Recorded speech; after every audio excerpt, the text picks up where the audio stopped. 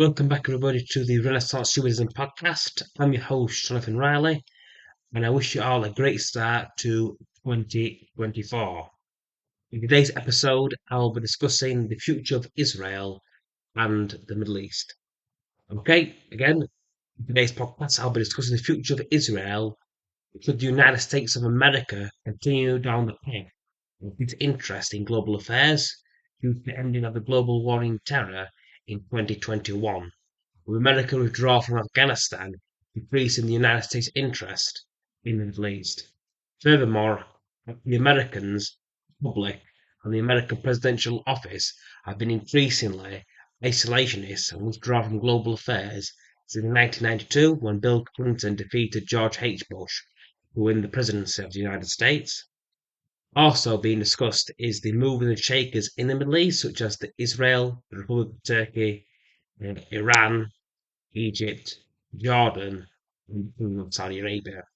What potentially they will be doing if the United States leaves that region permanently. Currently, the United States have been handling the conflicts within the region and making sure the region stays stable.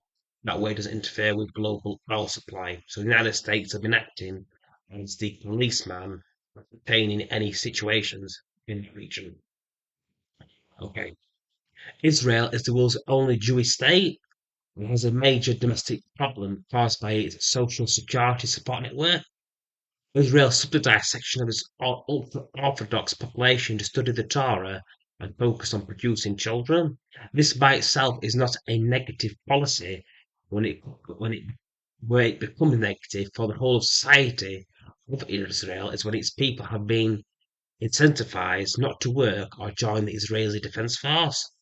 With this section of the population, according to the geopolitical analyst Peter Zeihan, in the next 30 years, 30% to 50% of Israel's population will become a net drain on the finances of the state of Israel and its ability to function as a nation.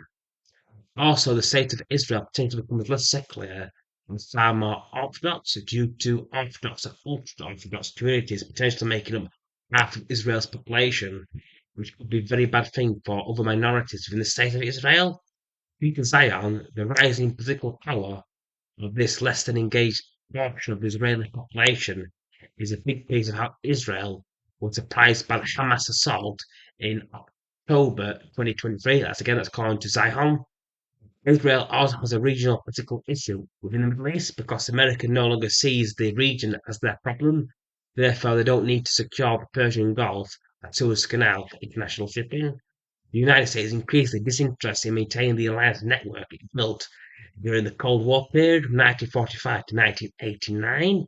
This means that the United States of America is not interested in maintaining globalization and the protection of international shipping, which enables global trade and opportunities of nations specializing in products and services.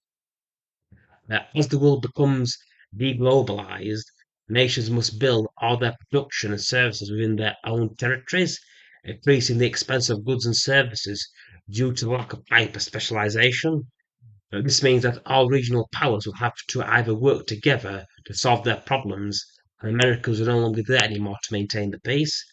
Israel's most likely ally and partner within the region are the Turkish Republic, the Kingdom of Saudi Arabia, and especially Turkey, with the Turkish Armed Forces is the second largest standing army in NATO after the United States Armed Forces, and is the 13th in the world with an estimated strength of 1 million paramilitary and Navy personnel as of 2023. As for the Saudis, the current Crown Prince Mohammed bin Salman Al Saud is pro-Israel and sees that Israel has a mechanism to balance the Kingdom of Saudi Arabia chief rival within the region, Iran. Furthermore, Israelis are giving technical and military support as well as openly sharing intelligence which they have on the actions of the Iranians, which is already warming relations between Saudi Arabia and Israel. When the current king of Saudi Arabia dies, most likely relations become far more formalized. The Persian Gulf is now set to be another conflict which could potentially happen sometime this decade, while the United States continues its trend of withdrawal from its position as the global protector of international trade. Other conflicts are also happening and potentially will happen in this decade.